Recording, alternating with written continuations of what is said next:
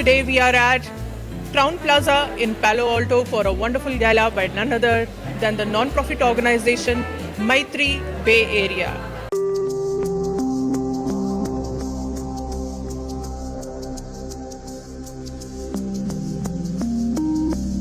Maitri Bay Area is a South Asian focused non-profit that helps the domestic violence victims all over. There is a helpline that is active for 24 hours and that helps ladies who have faced some kind of abuse or discrimination and who really need help. They can reach out. We have today with us two of the board members, JP and Meena. Welcome to YoIndiaTV with me, Jasleen. It's a beautiful evening, people are dressed up and they are looking forward to a great fundraising. How's the feel? It's amazing. I'm surprised to see guests have started showing up already.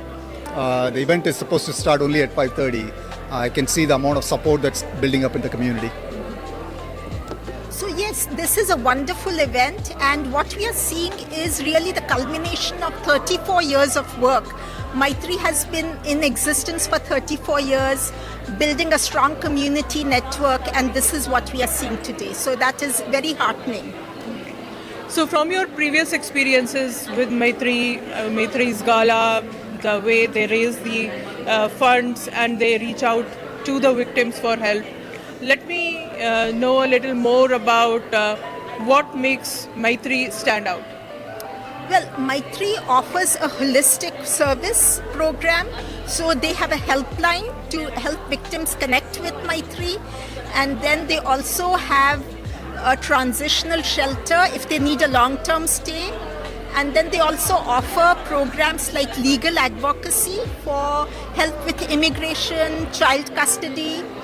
And they offer an economic empowerment program to really help these women become self-sufficient. So it's a holistic program that starts from the time they make their first call to Maitri till they feel that they are self-sufficient and can stand on their own. That's brilliant. So any use cases that drew you towards Maitri?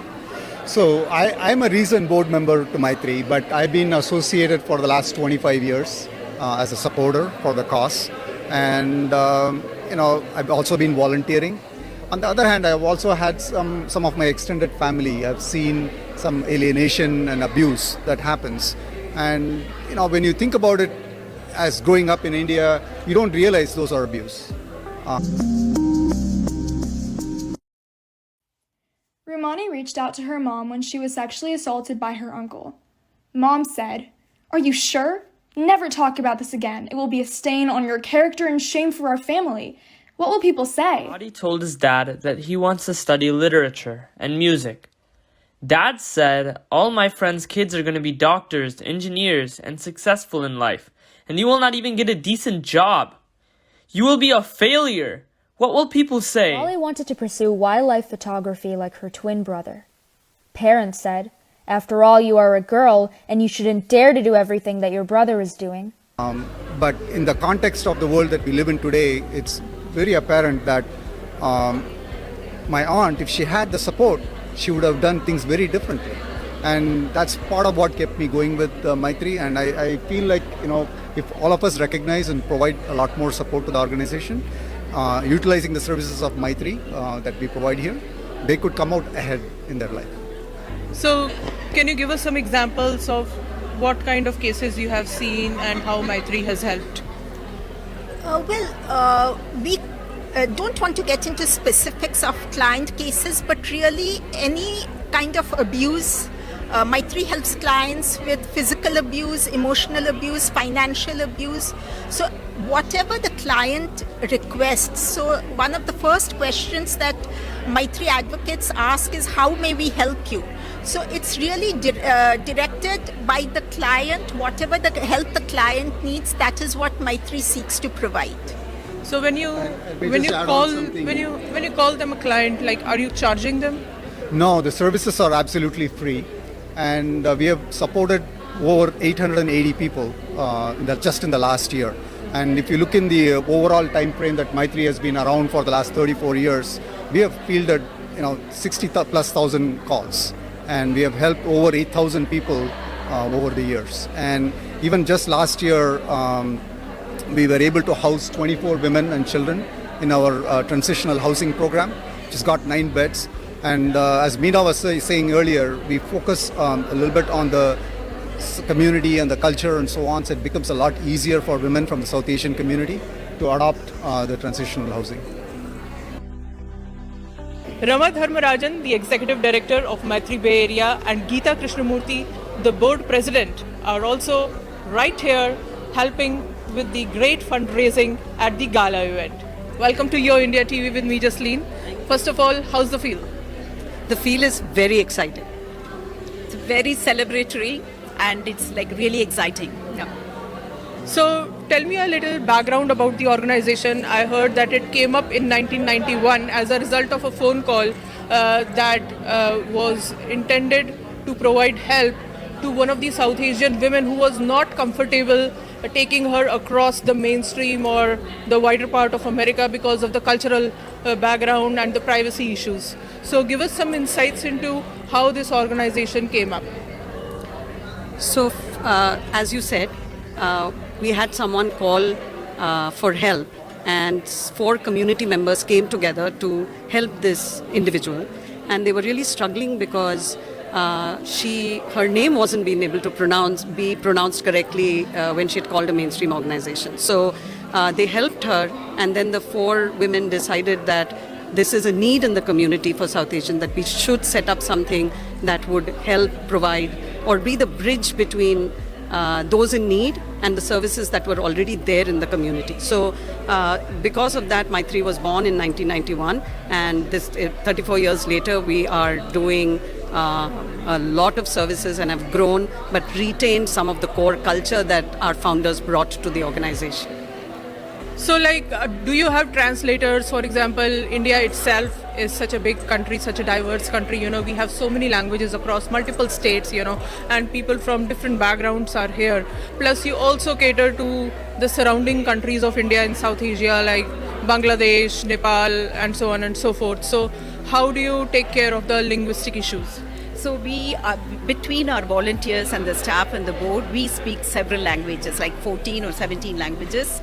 And if there is a client who comes who cannot speak, who doesn't speak the language we speak, we get external help. We get interpreters to do the interpretation for them. Like we do get some Farsi clients. We don't speak Farsi, but we do get interpreters to help us with that. But among us, we speak almost all the languages covered in the South Asian countries.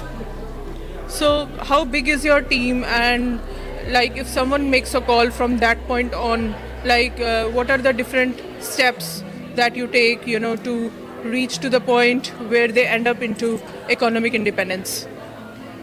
So our team is a small team if you look at the size of the problem. We have 17 staff members and 25 to 35 volunteers at any point of time, and a very engaged board of 14 passionate individuals. When someone calls the helpline, we first find out what their needs are and then match the programs that we have in-house or get resources and referrals from outside as the need may be and connect them to those resources. And we work with them sometimes for several years until they can get back on their feet through a number of programs. So, like in court, there are different views, and sometimes people don't open up, or if they open up, they don't speak up the way they should bring the facts forward. And, they may hide the facts, they may not be comfortable, they may also conceal the facts for some reason.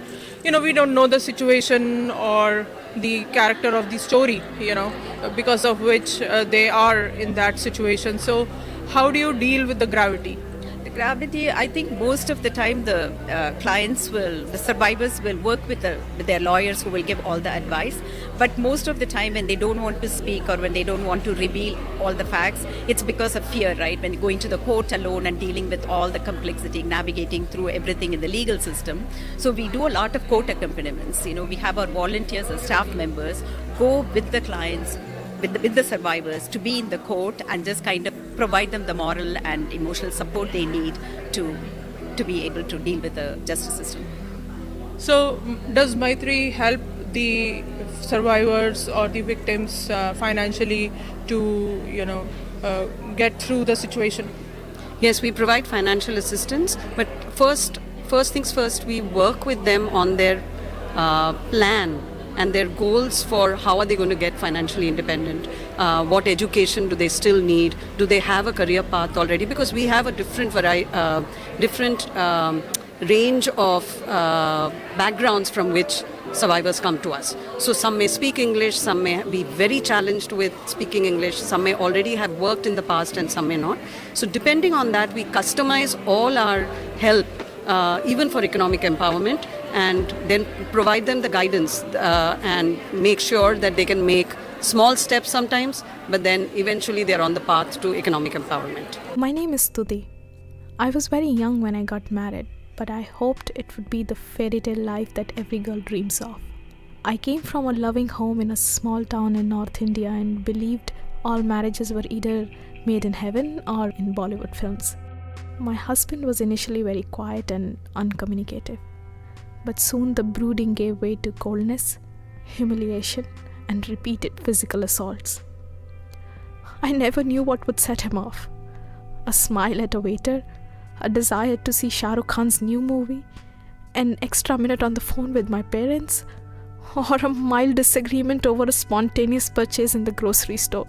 My in-laws supported his behavior, even instigating him occasionally with complaints about my family. It was ironical how the same man who taunted me repeatedly about my ugliness suspected me of having affairs with all his friends. I was confused and frightened. Should I dress well to make him happy, or should I dress to blend in, to make myself invisible? Slowly I lost confidence and started seeing myself through his eyes, behaving in confusing and contradictory ways in an attempt to stay safe. My erratic behavior made me a butt of jokes.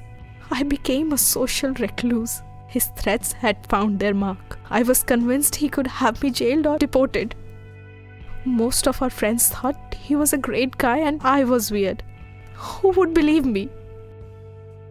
Bit by bit, he put an end to my interaction with my family and friends and finally stopped me from speaking to my parents. One day he found me chatting with my neighbor. He called me in and beat me senseless. This time my screams were so loud that the neighbors heard and called the police. I was lucky that they came and arrested him. I had nowhere to go, no family in town, so I called Maitri, whose number I found from a list of shelter numbers given to me by the police. I can truly say Maitri gave me new eyes with which to see myself and the world. I learned to realize that the violence was about who he was and not who I was. I learned to think for myself, to believe in myself. Maitri taught me life skills, driving lessons, computer classes, a tutorial in understanding and managing my finances. Through them, I filed a petition for my own green card. I started working in the city library and part-time at Macy's. I qualified for an educational loan at Maitri and learned admin skills.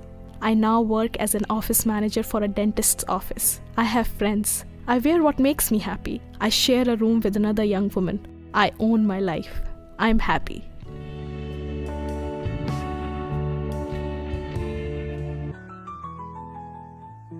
Nandini Ray is the Senior Manager, Outreach and Prevention for Maitri Bay Area and has been serving in this position since many, many years. Very enthusiastic participant. I've been knowing you from many, many years, and I'm seeing your beautiful contribution to the organization, very well coveted and needed contribution. Tell us a little more about the driving force behind your energy. I think my driving force, my energy is the cause, because I want to see a community where there is zero tolerance for domestic violence, because home should be the safest place for everyone, and if home is not safe for anyone, that is very sad. So I want everyone in this community, in this society, in this world to be happy and safe, and they should stay with dignity, live with dignity. And prevention is the key. I believe that what we have been doing when people are hurt, people are wounded by their loved ones, and they are calling us to get help, to seek help. we are helping them. We are providing culturally responsive, free, confidential service. We are helping them so that they can get back on their own feet.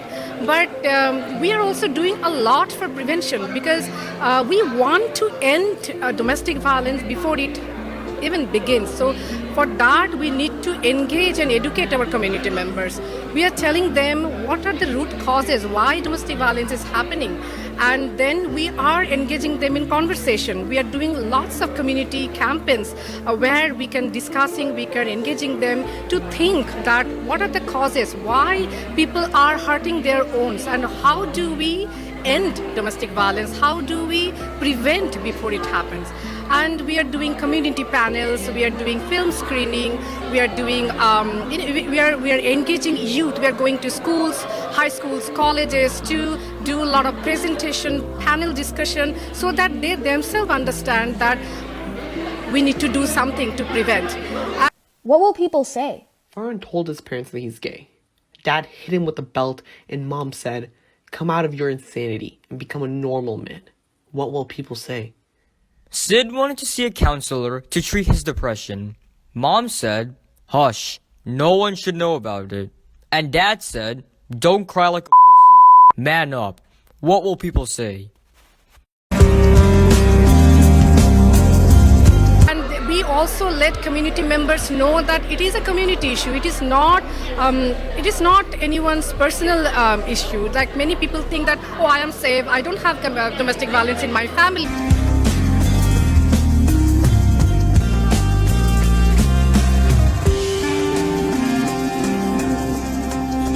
Or in my life, why do I even care? Because domestic violence is affecting all of us directly and indirectly. It's a huge burden on our healthcare system. And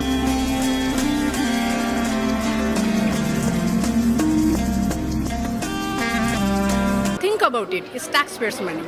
And it's a huge burden on our society, like kids, their children. If there is a study, it's called adverse childhood experience, that children who are seeing domestic violence in their lives, and they either learn to be abusive or learn to suffer in silence. And we don't want that kind of society for our next generation. So we have to prevent it. And we are so glad to see community members, our supporters coming together.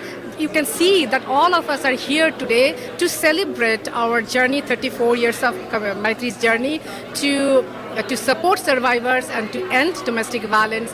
And we are celebrating with all of our supporters, volunteers, and it's an extremely, good nice feeling. And you were asking what is the driving force behind my energy. This is that when we see that community members are supporting us, when we see our survivors, when they come to us, their self-esteem is gone, they are broken, and with Maitri's help, when they are emerging, when they are rising, they are becoming productive members of our society. It's so heartwarming feeling. It's so good to see that. So that's my secret of my energy, you can see. Wonderful. Keep doing great work for the society. It really helps. Are the people who are associated with Maitri on a payroll, or are they 100% volunteers? Actually, we have 17 staff members right now and 14 board members. The board members are community members and they have their outside jobs. They are not paid employees, but 17 staff members are paid employees. But we have almost 45 to 50 volunteers, and we are so thankful, and they are the backbone of the agency. Wonderful, and great to know that Maitri has been doing an incredible job to help women. The real woman empowerment gala is the Maitri Gala, and we must support this wonderful organization to help fight the discrimination against women and children, particularly in the South Asian space, where here in US it is important to have an identity. At the same time, it is important for everyone to understand each other's problems, although we are culturally different. So I think Maitri is doing an incredible job, and YoIndiaTV is happy to support and cover Maitri's beautiful efforts. Let's make our society stronger and the ethnic thread better and better with these kind of wonderful efforts. Long live America, long live India, and let's hope for better South Asia in the Western countries like US as well. Thanks, Thank Maitri. you, Jasleen. Jasleen, I want to add here that we help everyone. Most of our clients, most of survivors we see are women, but we also help men. We help everybody who calls us and who needs our support. Based on their need, we help them. We provide the right resources, whether inside Maitri or outside in the community. We help them, like men, women, anyone who calls us. Thank you. Surendra Mandawa is one of the big donors from many, many years. He's been supporting Maitri. Welcome to YoIndiaTV with me, Jasleen. How's the feel this evening? Very good, actually. Very excited to be here. Been here for several years and very happy to support the cause. It's a very just cause, very required cause to support, and very happy to do that. Be here every year. And extremely good. Feel good. Great weather. Great cause. Looking forward to the event. So what has been the most effective use case that you have seen, that you feel has been one of the most impactful solutions that Maitri has given? I think at the end of the day, you have these women mostly, or some cases men, who don't have a status in this country that's obvious, like a green card or a citizenship. And if something happens in their lives, they're on their own. And what do? They don't have a regular status. They may not have anything to support themselves. They have kids, and it's a very dire strait financially. And also personally, it's a big impact on a person. So it's a very difficult situation to deal with. You don't have any home, you don't have money, and you don't have a job. This is absolutely a must-do for immigrants like me who came here, a little more privileged than most people, and our job is to give back to the community and take care of people in need. So, tell us a little more about yourself. What do you do for full time, and what is your message to all the viewers? Yeah, I work in the semiconductor industry. Been in this industry since '83, and we design chips and packages and technology for computers, communication, etc., etc. So that's my job, and I run a small company. So that's what I do now. Yeah. Wonderful, and thank you for your support. Yeah, thank you.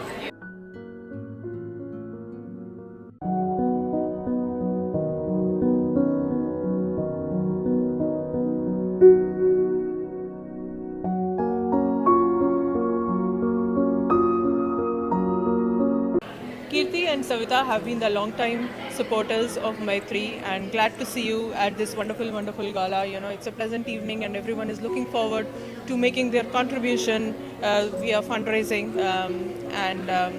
I know that you have a passion because this cause is very crucial. So tell me a little more about yourself. What do you do for full time, and how have you been instrumental in supporting Maitri? Hi, my name is Kirti, as you just said. Thank you so much for having me here. I've been supporting Maitri for about close to 2 decades. I have worked in technology and tech, and now I'm retired. The reason for me supporting Maitri is very important is that people, domestic violence is a very personal and very private issue. Oftentimes, it's not noticeable. Outsiders don't get to hear about it. And it's not easy for large government organizations or agencies to understand what's going on inside the 4 walls of a household. So it's even more important that whoever gets there to help, to understand what's going on, does so with some gentleness and finesse, which is so essential in these kind of situations. I think Maitri does just that in a variety of different ways, and that's one of the main reasons I like what Maitri does, and we support it. Beautiful. And similarly, Savita, just let the viewers know, how have you been contributing? So I heard about Maitri in '91 and wanted to sign up to be a volunteer at that time. This was right at the beginning, but life, other things took over, and this was one way to support this cause that I realized I could do without going through the rigorous volunteer training program that they have. My background is in clinical research, so this is something that I just feel passionate about. Anybody in our society or our immediate or wider society, people who are underprivileged or are suffering due to domestic violence and abuse, needs the attention in more ways than one. And Maitri was definitely an organization that drew me in, because a large part of the Indian community, in spite of our great history and so much culture, this is an issue that crosses boundaries in that way, and it was being denied as an actual culture within the society, within our community. And to help women, sometimes even men, who are being abused, not just physically but sometimes emotionally and mentally, it's unacceptable. It is not something that should happen to anyone. Some of it is generational sometimes, and women don't understand the pattern of being able to break that cycle. They've seen maybe their mothers go through it, or aunts or siblings, and the culture advocates for just adjust, it's okay. And you know what, it's never okay. And so this is something that I really feel passionately about supporting and helping in some small way. This is a really small contribution to try and see how we can make it better, What's your message to all the viewers of YoIndiaTV who are watching you worldwide? The thing that's important that Maitri does very well also is its outreach programs. They have a very powerful outreach program, and that's important because that cuts across classes and social sectors, societal sectors, and allows the education of what is considered to be violence. And that is important, that it starts at a very young age. And that's I'm really happy that Maitri does that, and that's another reason that we support Maitri very passionately and gratefully. Thank you so much. Thank you. Thanks.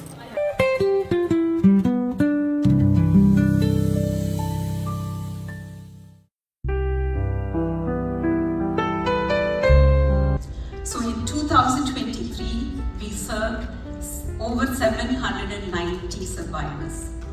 And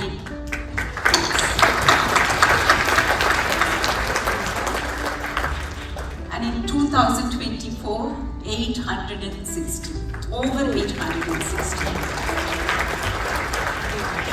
And I anticipate these numbers to only go up. And our budget for last year was $2.2 million, and this year it's $2.5 million.